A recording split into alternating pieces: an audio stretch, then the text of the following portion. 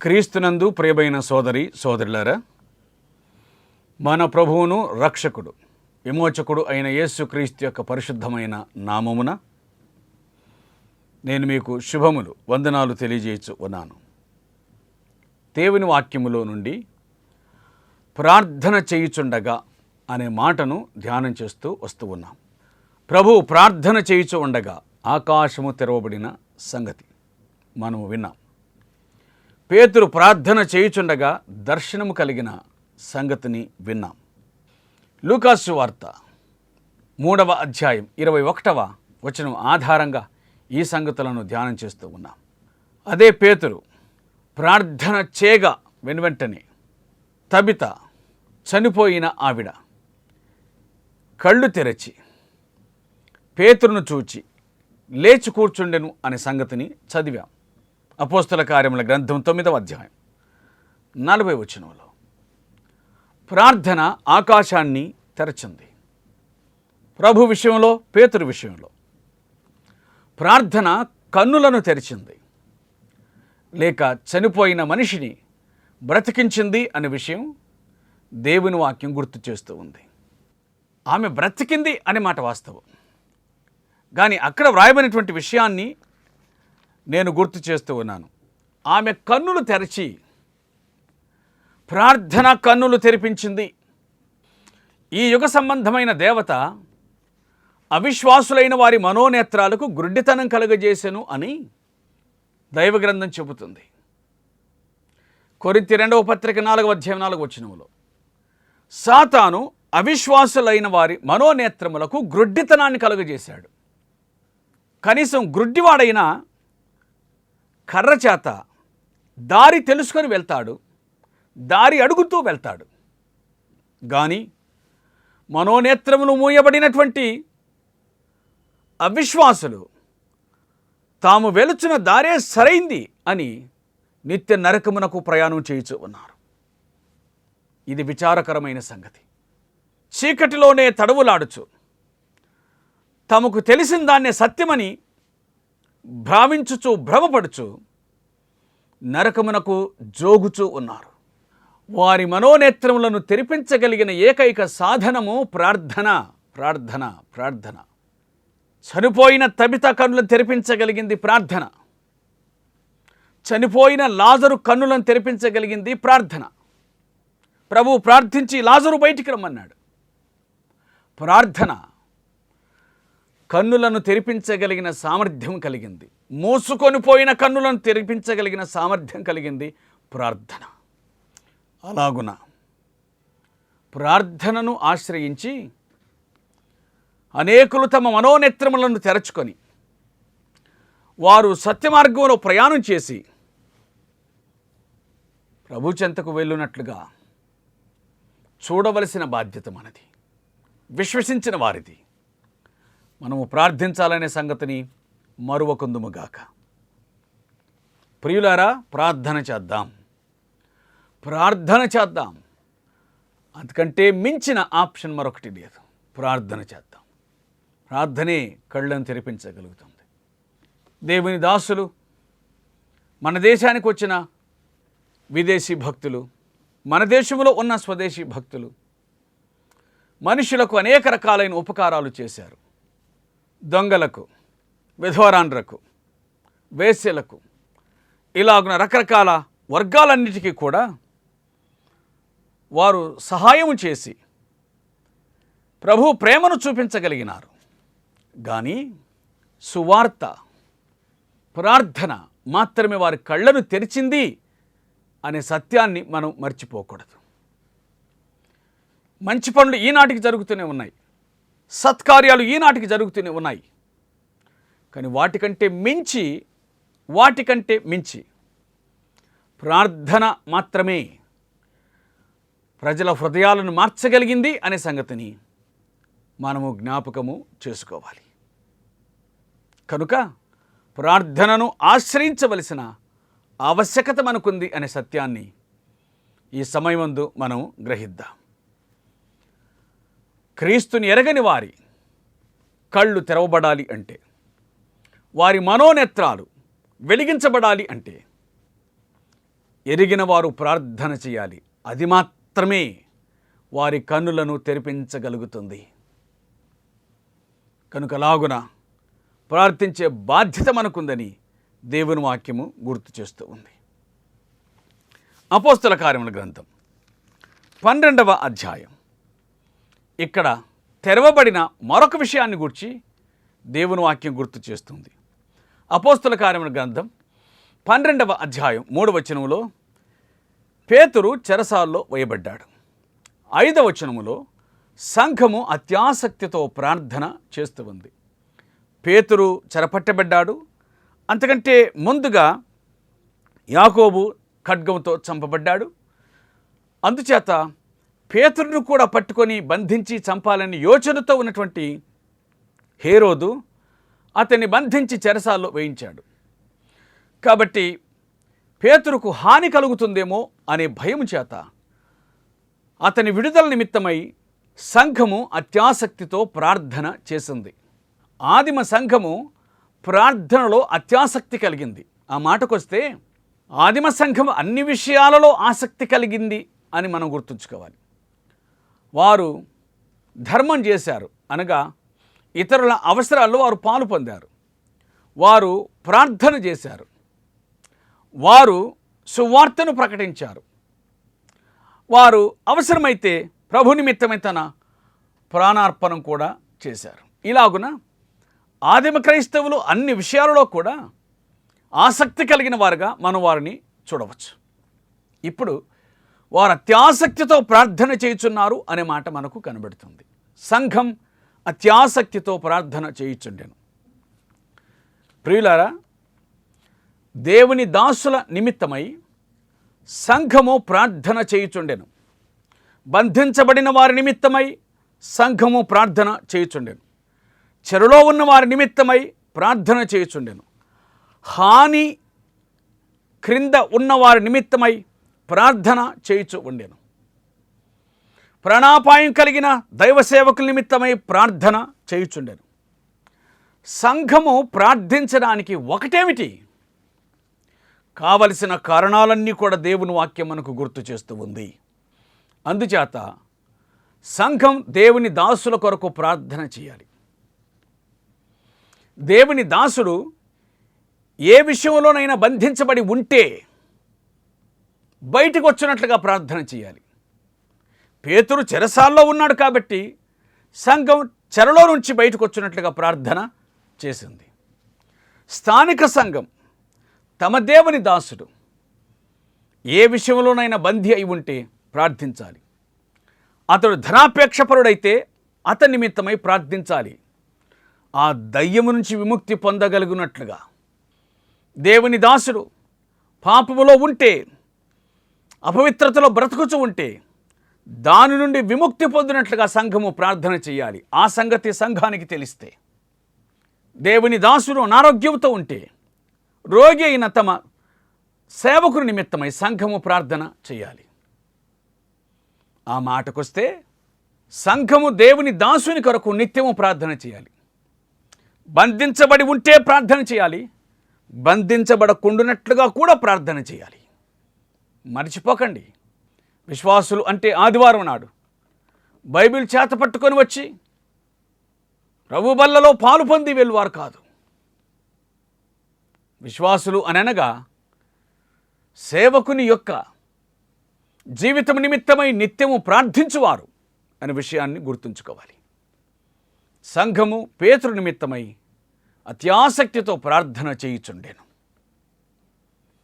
ఇవి మనకు క్షేమాన్ని కలిగించేటువంటి విషయాలు. అలాగున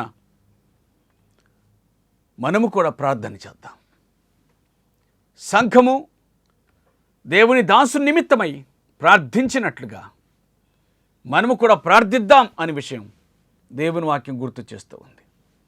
ఆ బాధ్యతను దేవుని వాక్యం మనకు చూపిస్తుంది, మనకు గుర్తు చేస్తుంది.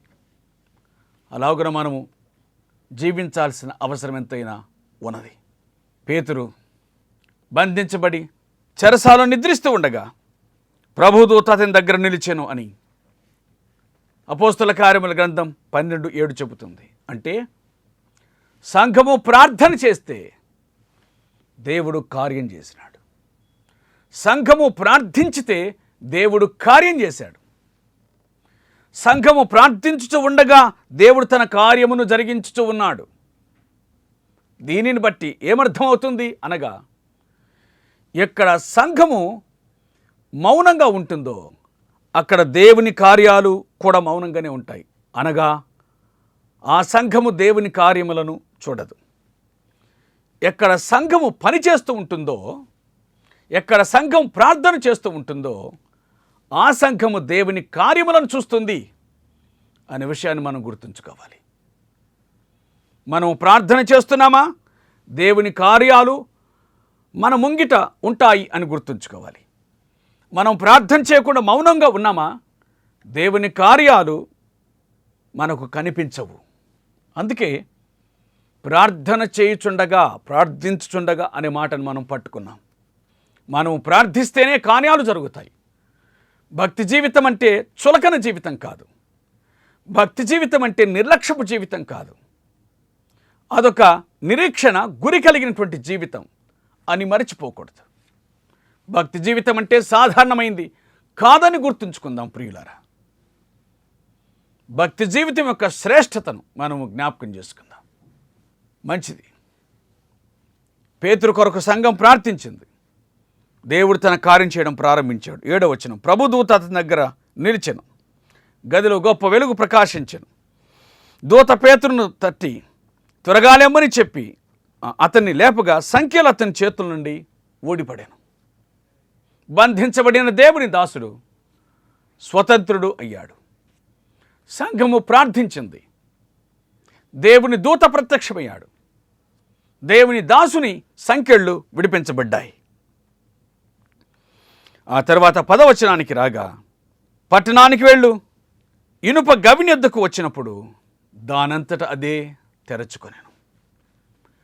అడ్డగించిన గవిని, మూసివేయబడిన గవిని, దాటడానికి వీలు లేని గవిని, తప్పించుకొని వెళ్ళడానికి వీలు లేని గవిని దారిచ్చింది.